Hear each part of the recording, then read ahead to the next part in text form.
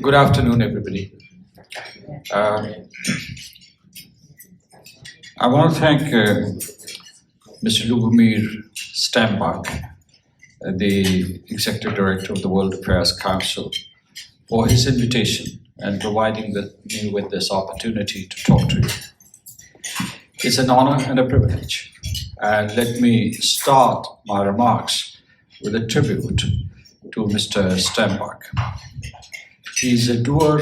I have observed him directly since last evening, and he's kind of an impresario, a maestro of the thinking community here in Charlotte.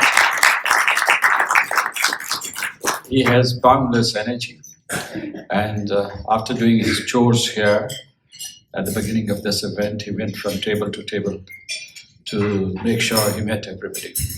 So this is supreme networking. And Mr. Mike Hawley, it was a pleasure for me to sit next to you. You introduced me to the wonderful guests sitting at this table. And thank you, Mr. Steve Hunting, for your introduction, my introduction. I'm thankful to you. I'm here because of the proactive initiative taken by the World Affairs Council. And we were scheduled to be here last month, but because of some unforeseen engagements, I couldn't show up. And the date given to me was fall of this year. But then I not only thanked Mr. Steinbach, but expressed my desire to send out my request for an earlier engagement. So that's why I'm here and I'm thankful to you. As Mr. Steinbach said, that yesterday evening we had a very, very interesting session, very intensive session about North Carolina, Charlotte, and Pakistan, and the United States-Pakistan relations. You're very impressive. I mean, North Carolina as a state with a GDP of $560 billion. And yesterday I said, I am going to repeat lots of points I made yesterday, that your GDP is comparable to the GDP of many developed countries in Europe and other continents. So, and with the 10 million people, you have done wonders. The headquarters of the Bank of America here, Honeywell has moved its headquarters here. Honeywell is represented in Pakistan. It has a subsidiary there too, and is doing good business there. And you're famous for manufacturing, agriculture, technology, and you name cutting-edge disciplines, and you mastered them and you have excelled in them. So congratulations to the citizens of North Carolina and Charlotte. So I think it's a good opportunity to connect Pakistan to North Carolina and the Carolinas as a whole. I don't know whether there is any rivalry or competition between South Carolina and North Carolina, but the term of the Carolinas is quite frequently used. And so I would say that in addition to the connections, already we have connections, business connections between North Carolina and Pakistan, we also have people's connection. I have been told that there are about 6,000 Pakistani Americans living in North Carolina. I'm sure the number is bigger. It should be at least 10,000, because there may be many people who are second generation and who have been absorbed completely in the American society. There may be people who have not declared their Pakistani descent. So 10,000, and it's a big number, and it's an influential group. They have earned good reputation here. They're physicians and they're business persons, and they're doing quite well. And very flattering references have been made to them.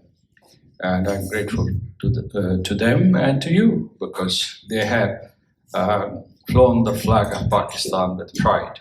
and you have given an opportunity to grow here and succeed here. So thank you so much. Now let's go to Pakistan-United States relations. That's the main subject. What I want to do, I want to be brief. As a matter of fact, I'll talk about Pakistan-US relations in broad brush headlines, and then I'd go to the global situation, and then I'd stop speaking and open the floor for Q&A. So first thing is that Pakistan and the United States became partners, strategic partners way back in the 1950s. And in those decades, I mean the initial decades of Pakistan's independence, 1950s, 1960s, we had very good relations with the United States. And American presidents at that time, whether it was President Truman, President Eisenhower, or President John F. Kennedy, they used to be household names. And we were taught, when I grew up, we were taught American history. We used to revere figures like Abraham Lincoln, Washington, George Washington for their honesty, with their statesmanship, with their leadership. So we had these icons. They were not just American icons; they were also Pakistani Americans, Pakistani icons. And I think that was the trend all over the world at that time. United States had its reputation at its peak after the Second World War in Europe because of the Marshall Plans, in the developing countries because it ushered in a new era of self-determination to the formerly colonized states, and along with democracy, respect for human rights, and the rule of law. So it was like a dream for the entire world, as if the entire world was being emancipated and liberated. Pakistan also imbibed that spirit during those formative decades of our national history. And we got close to the United States. We are thankful, up to this day, we are thankful to the United States for building our Air Force and Army and Navy. Also, Harvard economists taught us how to plan our economy. We developed 5-year plans. And this was very important. These were foundational relationships which helped us in later years. So what I want to emphasize is that, in fact, the connection between United States and Pakistan is anchored in values. Of course, we've had strategic partnerships, we've had peaks and troughs, we had agreements, disagreements. This happens inside the United States also, and within your Western family. But what I want to tell you that we've remained steadfast partners throughout these 7.5 decades. And we want to continue this partnership. These last 40 years were very traumatic for Pakistan, for the United States. First, there was this Soviet invasion of Soviet invasion of Afghanistan. Some of my Russian friends do not like that kind of characterization. But so we had to fight back. I mean, the Afghans fought back, we fought back, Americans fought back with us, the entire free world, and also Muslim, good part of the Muslim world that fought back. And some people in Pakistan think that we played a crucial, pivotal role in rolling back Soviet Union's aggression and in the dismantlement of the Soviet Empire. Well, you're not resentful, are you? All right. Okay. Just trying to be respectful to your sensitivities, because one's bond with the motherland is very, very strong, right? It's in one's genes, it's in one's DNA. So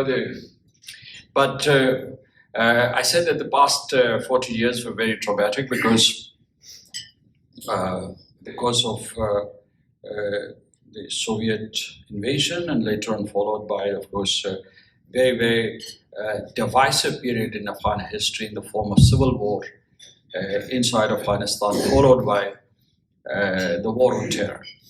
And wars are nasty business. Whoever fights them, I mean, even the victor suffers as much as the vanquished. And so it was a bloody war. We lost about 80,000 people during this war on terror, but we kept our commitment to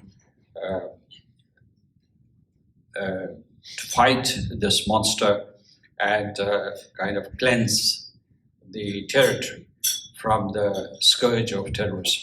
We haven't completely succeeded. So at times our relations were strained, but then we would get together to repair damage and come closer again.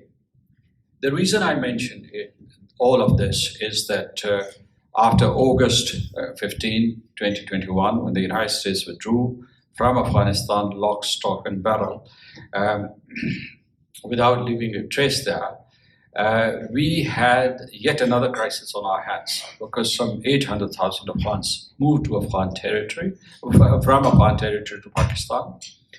We also had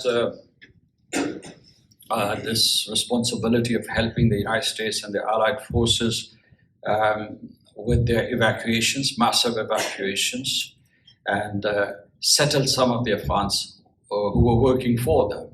I think we have already helped with a relocation of about 75,000 Afghans who passed through Pakistan's territory. They were extended hospitality for a limited period, and then they went on to Europe to settle in Europe.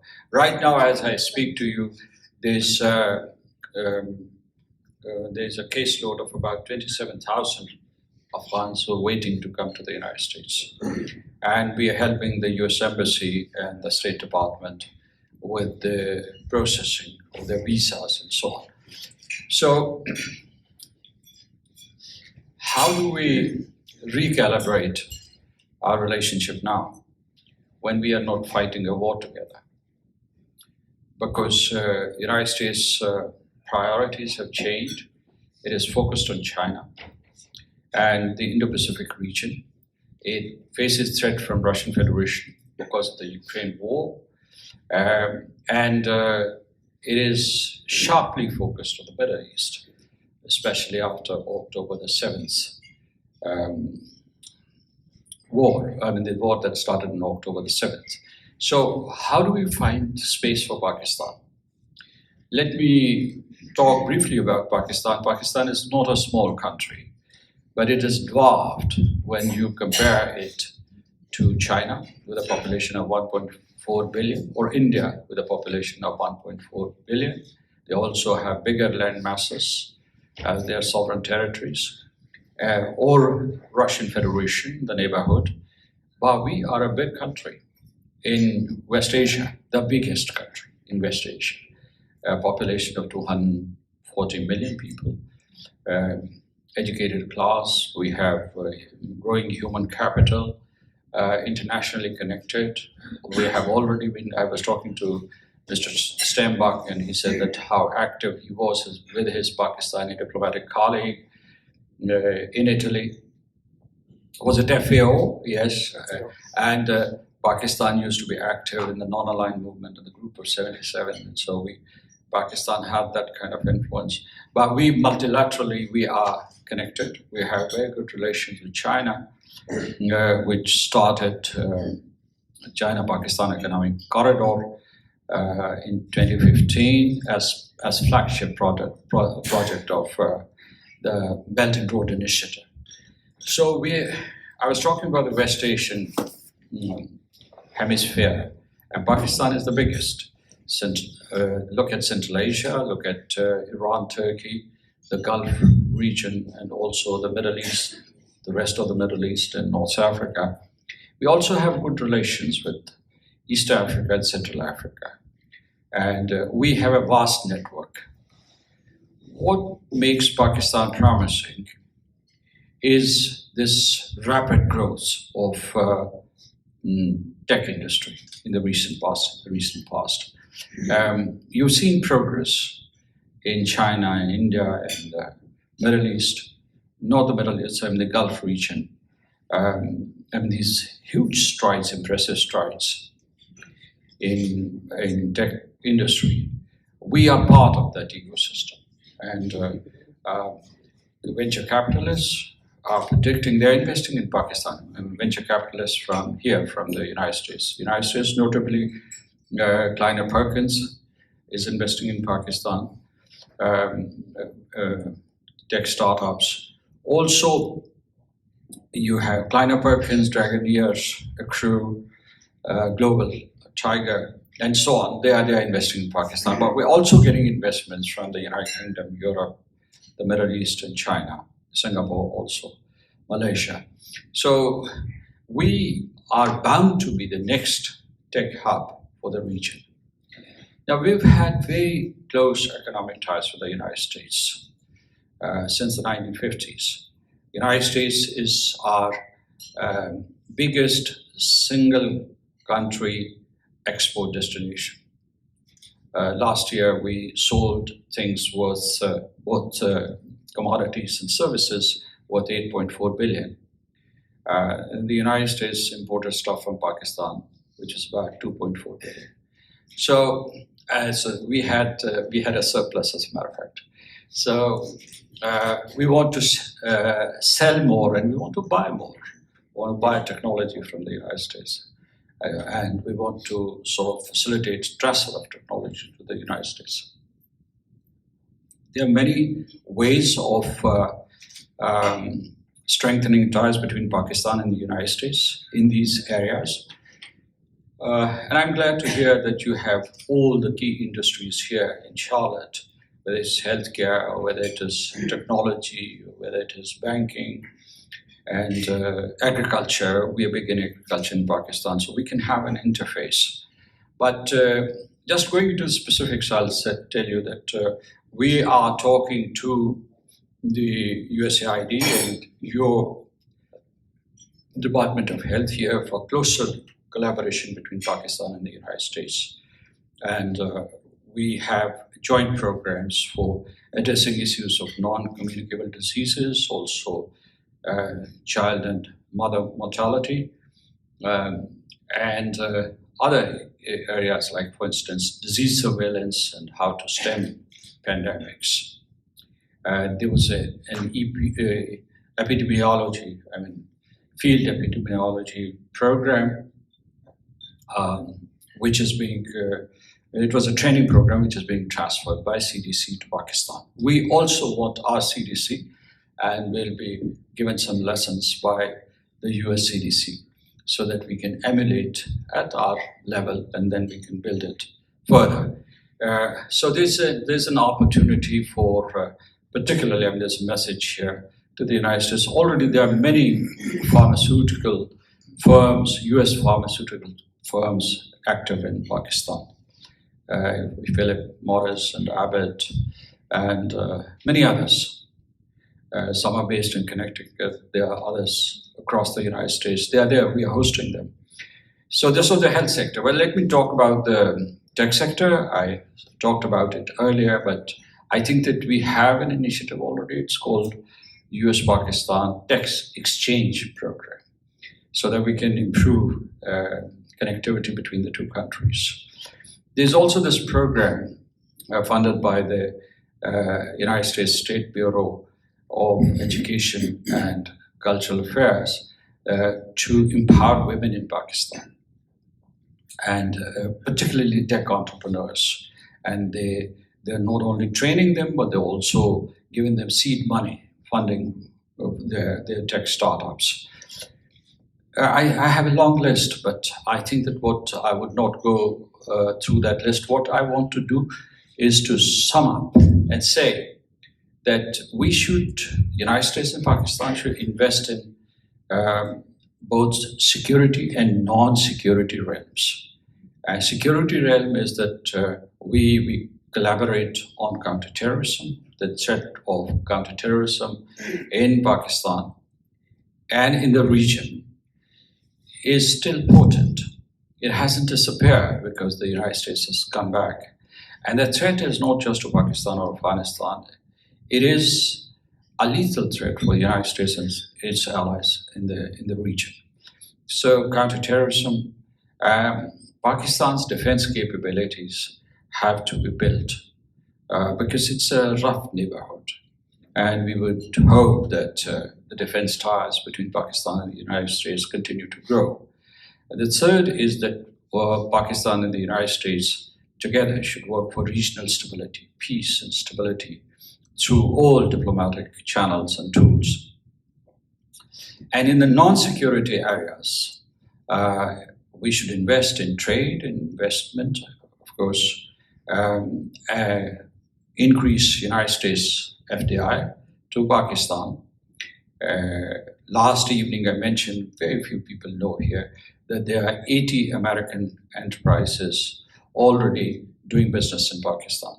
Most of them are, 95% of them are Fortune 500. And they're making good money there. The good news is they're making good money, huge profits, right? Recently they invested $1.3 billion, and I think that their yearly dividends are $3 billion. Not my figure, it's I think the Department of Commerce figure. So it's a good place to go. And then, of course, climate, agriculture, healthcare, I already mentioned, technology, and so on. Now, somebody, I think it was you, Mr. Rahul. What's your last name? Sumant. Huh? Sumant. Rahul Sumant. Yes, sir. Okay. You asked me about tourism. So, the best thing about Pakistan is the people of Pakistan. Second best thing is its landscape. And we have beautiful landscapes, Pakistan from north to south, from the highest mountains of the world, with more than 7,500 glaciers, second only to the number of glaciers in the polar region. And we have then the deserts and a beautiful coastline, but the most beautiful part of Pakistan is the people of Pakistan. So I invite you there. We've been experimenting with tourism. Domestic tourism is flourishing, including in my home state, the state of Azad Jammu and Kashmir, and throughout Pakistan. And particularly, somebody asked me about you also, Mr. Rahul, you asked me about Gilgit-Baltistan. Their population, Gilgit-Baltistan, put together, their population is about 2 million. And every year they receive more than 2.5 million tourists. Some of them are mountaineers, others go for adventure tourism, sports tourism, just to watch peaks. We also have the highest altitude desert in that region. It is in Skardu. So you're all welcome to visit Pakistan as tourists, as good faith facilitators for business. And I'd stop here and I'd welcome your questions. I'd like to be as brief as possible in my answers, and if I'm not, do caution me. Let's give the ambassador a big round of applause. Thank you, Ambassador. On my colleague, we're going to get as many questions in as we possibly can. As the ambassador suggested, make them succinct. Put a question mark at the end of them, and we'll get started. Just get my attention. We don't have a mic that's traveling around, but we'll go over here first and get the ambassador to weigh in on whatever your topic is. Go ahead, please. Welcome, Ambassador Khan. Question is, and give us your name again for everyone to know. Raleigh, with Charlotte World Affairs Council here, Charlotte. And the question is about there is we've read a lot about the World Bank involvement in the Pakistan government, deficit of $6 billion a year, childhood malnutrition rates around 40%, and a lot of expenditure on military, and a lot of participation of the military in the economic affairs. They say up to 10-20% of the government of the industries owned by the military, and $6 billion a year in expenditure on military. The last major conflict was, I think, 1971. Is there any reason that there is not more money invested on uplifting children, providing, say, getting these 40% of the children that are stunted and have child malnutrition? What is Pakistan doing towards that? All right. This is the dystopian picture of Pakistan, but this is not 100% true. We still have problems, but I'll tell you that we are working with the World Bank, and the World Bank is investing in multiple sectors. One of them is, of course, power generation, whether it is hydropower, whether it's renewables. And last week, our finance minister was here, and he had very productive discussions with the president of the World Bank. Of course, we need to invest more in human development and also fight disease at all levels. And this consciousness has grown in Pakistan, and we are reallocating resources to social development overall, particularly in the sectors of health, education, and technology, as I mentioned earlier. So I would say that this is a continuing process. We share your concerns. The population of Pakistan shares concerns, but we have come a long way from where we were since 1971. And I can tell you that according to the international statistics, out of this population of 240 million, 80 million are in the middle class, proper middle class. 40% of our population is in the middle class. So there's prosperity there in Pakistan. And there are neighborhoods which would not be different from the neighborhoods of Charlotte in terms of the buildings or the infrastructure and so on, or the per capita income. But then we have poverty, and we have to eliminate poverty. They should be about 30 to 40%. And then we have the lower middle class. We also have super rich class, who are 4% of the entire population. So it's a mixed picture, but the areas that you have identified are important for us, and Pakistani leadership is focused on that. Thanks for that question, Ranjit. I tend to call on people. I'm going to be calling on Bill McNamara and Shay Saunders because I know they're taking notes in here, unless they're writing personal thank you notes to somebody. But can Mr. Ambassador, since we have students here, could you talk a little bit about the demographics of Pakistan, school-age residents, and your education system that you think we should walk away with some information on? Our education should be one of the best in the region, but not globally, I would say. Global competitiveness lags behind. So I think that I met high school students, and that was good to briefly chat with them, and I saw stars and dreams in their eyes, and I hope and pray that you'd succeed in your lives and you make the United States and this world better. So, and I had the honor of shaking hands with their teachers as well. So it was about, but let me tell you that 64% of Pakistan's population is below the age of 30. So it's a young country in that sense. I mean, I always remind when the boys and girls, when I go to campuses in Pakistan, and when they talk in the future tense, I say, don't talk in the future tense, talk in the present tense, because this country belongs to you. You say that when we assume this responsibility, we're going to do this. I said, do it now, because it's your country. And the older generation is phasing out. It's your country. So it's a young country, but where we have educational excellence at the same time, we have out-of-school children, a huge number. And there we need the support of the philanthropic entities inside the country, government funding, and also international help. And we're soliciting that because uneducated or unlettered population is not good for a country in the short term and in the long term. So I think the other thing to the young students, I can tell you that Pakistani kids are bright. And let me give you a good example of the excellence of Pakistani education system. Pakistani medical students, they're the best amongst all the students. They join medical colleges.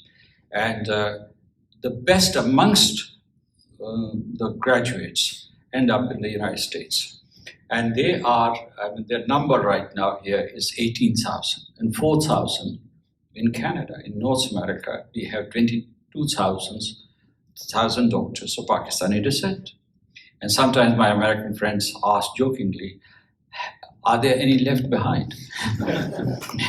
And I said, but all those doctors, when they go to the medical colleges and universities there, they get subsidized education, almost free. And then when they come here, they pass the examination, USMLE, somebody was mentioning. Was it, who was it? Well, how about that? You graduated from Pakistan, you came here, you did your USMLE, and I'm sure that you are recognized as a very good physician, as a very good internist. So applause for him. So what I want to say, some doctors have anecdotally told me that if they had received that kind of education, comparable education here in the United States, they would have had to pay $250,000. So applause for Pakistan as well. $100 a year. Give us a little quick commercial on yourself, because you are with one of our sponsors at the World Affairs Council. I'm a physician at the Long Health. I believe the Long Health sponsored program. I was born in the southern Sindh, which is the state of Pakistan, very tiny little small city. I did the boarding school, which is Hyderabad, close to Karachi, and then I got into the Dog Medical College. Louder, speak up, please. Yeah, Dog Medical College, which is one of the best in Pakistan. That college was fully funded by government. I paid $100 a year fees, which is very shocking and surprising. When I came here and saw it was $400,000 in total cost for the graduates from medical school. So it's one of the great industry. There's medical schools are up there for over 75 to 100 years. The dog was built before the partition of India and Pakistan. It was the first Dr. Dog Hugh was the one who essentially built this school in 1945. So their curriculum was as equal as Americans. The USMLE, the exams, the board exam we were taking, we were literally had very small epidemiological changes to add in our curriculum. Otherwise, we had a very good education, which has equal interest. So thank you for those comments. And we're going to try to get a couple more quick questions in before we depart. But we're going to go to Rahul first, and then to Bill McNamara, and then to Chase. Go ahead, Rahul. So Ambassador Khan, a few years ago, your country's foreign minister at the time, Shah Mahmood Qureshi, had an interview with CNN where he made anti-Semitic comments about Jewish people controlling the media of this country. And separately, we hear in the media about church bombings and the blasphemy laws. So my question to you is, what is Pakistan doing to try to protect its religious minorities, given that it is an Islamic and non-secular state? Thank you. Are they related or unrelated? Anti-Semitism and church burning? No, I mean, I'll let you judge, but I think separate communities, right? Jewish community. All right. Mr. Shah Mahmood Qureshi at that time said that his remarks were not anti-Semitic. He didn't mean that. But anyhow, there was controversy about it. And I think that Pakistanis cannot be anti-Semitic because many of Pakistanis are Semites too. They migrated from that region where you have concentration of Semites. And we consider Judaism and Christianity as part of the chain of revealed religions. Very few people know that when I, for instance, my own national language, where I take the name of Jesus or Moses, I'm not allowed to say Jesus or Moses. I would say habitually, habitually, not formally. I'd say the revered Moses, peace be upon him. And I said the revered Jesus, peace be upon him. This is our second habit. So I don't think that there can be any anti-Semitism in Pakistan. On the contrary, we get along well with all the Jewish communities here. And so I think that should not be an issue. We've faced some problems in Pakistan in maintaining interfaith harmony, and sometimes because of the blasphemy laws that you have. So blasphemy laws were in fact introduced by the British, and the purpose was to create harmony amongst followers of different faiths. But it's the problem basically is the abuse of the blasphemy law. For instance, you mentioned church burning. There was a church burned last year. It had nothing to do with blasphemy. And that's why the entire religious leadership, the entire governmental leadership, the judiciary, the higher judiciary, the Chief Justice, they showed up there at the church, expressed sympathy with the affected community. And in fact, one of the conservative parties, religious parties, said that till your church is built and we'll help you build that church, you can pray in our mosque. So it's the abuse of the blasphemy law that's a big challenge for Pakistan. Bill McNamara, make this very short and sweet, and we're going to get Chase to ask his question as well, and the ambassador can answer both of them with some common threads or make up his own question and answer that. Go ahead, Bill. Thank you, Your Excellency. I'd like to say why we had to reschedule this, because you had an appointment in Washington, D.C., so that was no minor event. Appreciate the long relationship your countries have with the United States and the ally that's there. You mentioned some of our presidents. How does, without getting involved in our domestic politics, how does the perception of the United States, how can you state the condition of the perception of the United States in Pakistan domestically, even though we switch political parties often? So, and then last one, you mentioned that several percentages of the population, for those under 30 on their playlist, is Taylor Swift made any kind of an inroad? okay, so we got Taylor Swift and America generally and the impact. Chase, quickly, sir. Quick question having to do with the security of your water supplies as it relates to your relationship with China. You're getting all the glacial water out of the Himalayas. Are you having the same issues in Pakistan with the protection of your water resources? And the ambassador noted that there were a couple other people that had their hands pop up. Is there a student with a question in the back? There were two. Okay, quickly, yes, sir. Please. I won't remember. Okay, let's. What I'll do is that after this round, could I ask you to repeat your questions? I didn't really, honestly, I didn't understand. Yeah, so Neither the first nor the second. Right, we've had a strong ally. Speak up. Sure, we have a strong relationship internationally since the founding of Pakistan. How is our current domestic politics perceived with the population of Pakistan, or even in the government? Because through the history... All right, I understood it. The second question was? The second question was Taylor Swift. You can skip that. Yeah. Okay, I would say that, you're a sovereign nation, and but in addition to that, you're also the preeminent nation, the indispensable nation, and you are the global power, you're the superpower, you're the sole superpower. So the decisions that you take here, they affect the world. So we don't have the right to vote for Pakistan in the American elections, but the decisions that you make as voters, as electorate, they affect Pakistan and other countries across the globe. I'd say that make some choices so that we can all maintain global stability.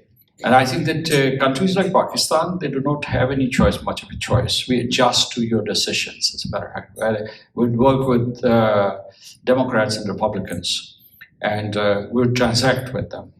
So, I know. Glacial water supplies. Yes, this is a serious problem. Water scarcity is a serious problem, and we're trying to tackle it. Unfortunately, we are lower riparian country when it comes either to India or to China. And so we have an Indus Water Treaty with India. It is working, it's functional. And we'd continue to work on it And also sort of water conservation is a priority in Pakistan. Glacial melt is a serious challenge. And that's why our emissions, greenhouse gas emissions globally, I mean, the percentage is about less than 0.3%. But we are the 8th most vulnerable country in the world. Glacial melt is one of those threats that we're facing. And that's why the Pakistani delegation was very active in COP27 to ask for a loss and damage fund that has been established. But I think it needs to be funded adequately so that vulnerable countries like Pakistan are helped out of the situation. Our bilateral cooperation with the United States sharply focuses on climate change challenges. Thank you. Okay, so 2 quick questions from the students before Lumir gets the hook out. Yes, sir, there, and then in the back, we'll take yours and we'll answer them together. Please. Speak up, yeah. John from Mason College High School. I want to ask, how do you foresee U.S.-Pakistan relations proceeding in the future in light of recent cooperation between Pakistan and China? So Pakistan, China, and the impact on U.S. relations, yes. Thank you, Mr. Ambassador. My name is Kelly. I'm a senior in high school. My question is, what is one area the U.S. and Pakistan should focus on to help better their relations? So what can we do to better relations? There's that girl. There were fewer girls than boys, all ages, who asked questions. So that girl has this program. I think she must stand up and ask questions. I was going to ask. Speak up. Speak up. Yeah. Sorry about my voice. I'm not feeling well. But so having visited the country of Pakistan kind of throughout my childhood, I've noticed a lot of enthusiasm and talent in the creative and the arts sectors. How do you view that in terms of the future and the development of Pakistan? How can we channel that enthusiasm into progress? Well, thank you. I have 3 questions, and I'll be brief. First, we do not want to choose between Pakistan and between the United States and China. No more bipolar politics. And I think that yesterday, speaking to a wonderful, wonderful group of World Affairs Council Board of Directors, I said that Secretary Blinken is there, and let's hope that he brings back good news, because previous contacts produced better results. There was relaxation intentions last year, and this was good for China, United States, and the entire world. It was good for Pakistan too, because we have close partnership with China, but at the same time, we have good relations with the United States. We want to take them to a higher level, to a higher plane in the coming years. This is our ambition, and I'm sure we'll succeed. One thing that we should do between Pakistan and the United States, it's kind of value neutral. It is not affected by perceptions. It is technology, particularly IT technology and new technologies, for instance, AI, blockchain, and robotics and all that, 3D printing or whatever. But basically tech startups because they create new opportunities for businesses, for the United States, for the region, and for Pakistan particularly. I would, connecting it back to the China-United States question, I would also say that Pakistan can be used by North Carolina as a manufacturing hub. You can manufacture stuff there and export it back export it to China or to other countries of the region. Why not? We have the manufacturing infrastructure. Finally, I'd come to you and I'd say that, yes, you're talking about the youth, aren't you? And they're very ambitious and they're very optimistic. And I would say behind all the bad news in this veneer of dystopia, beneath what you have is a very bullish Pakistan, particularly amongst youths. And you'll see that transformation soon. Thank you. And Coming up to the stage is Lubomir Stavuk, who is boarding a plane this afternoon to take a merry band of World Affairs Council travelers to the Amalfi Coast. Thank you so very much, Mike. Very true, and we have some people traveling with us this evening, so you can get up and leave. As I know you still have things to do before the plane takes. It is my pleasure and my honor to share with the ambassador a certificate of appreciation of the World Affairs Council of Charlotte. Thank you so very much, Your Excellency Masood Khan, for being here, and we wish you to come back to Charlotte, and we wish to have even stronger relationship between Pakistan, the US, and North Carolina especially.